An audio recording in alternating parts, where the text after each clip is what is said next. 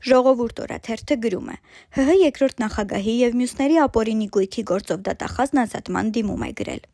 ԱՆ նախարար Անահիտ Ավանեսյանի նոր օֆերտայով հիվանդանոցները կրկին կֆինանսավորվեն, բայց գաղտնի, գրում է Ժողովուրդ օրաթերթը։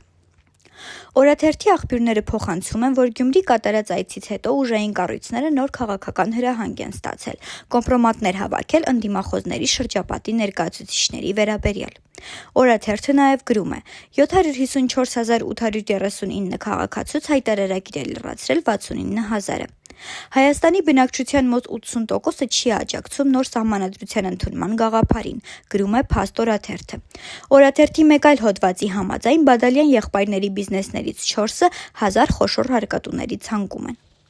Հրապարակ օրաթերթը գրում է. Ուրբաթ երեկոյան Նիկոլ Փաշինյանը հերթական փակ հանդիպումն է ունեցել ԱԺ-ՔՊ ֆրակցիայի հետ։ Ներկա են եղել նաև կառավարության և ՔՊ վարչության անդամները։ Ըստ պաշտոնական հաղորդագրության տեղի է ունեցել քննարկում Ադրբեջանի հետ ընթացող խաղաղության գործընթացի շուրջ։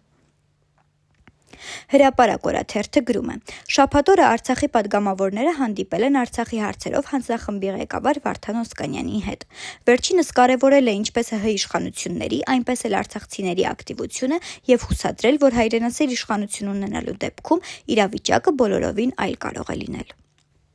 Հրապարակ օրաթերթը գրում է. Կիրակի օրը Գյումրուց հետո Նիկոլ Փաշինյանն այցելել է նաև Փարաքար, որտեղ նույնպես մարտի 30-ին ընտրություններ են։ Անգամ չշնորհավորեց մեր միամսյակը, քամու պես եկավ, քամու պես հեռացավ, օրաթերթի հետ զրույցում պատմել է փարաքարցի մի կին։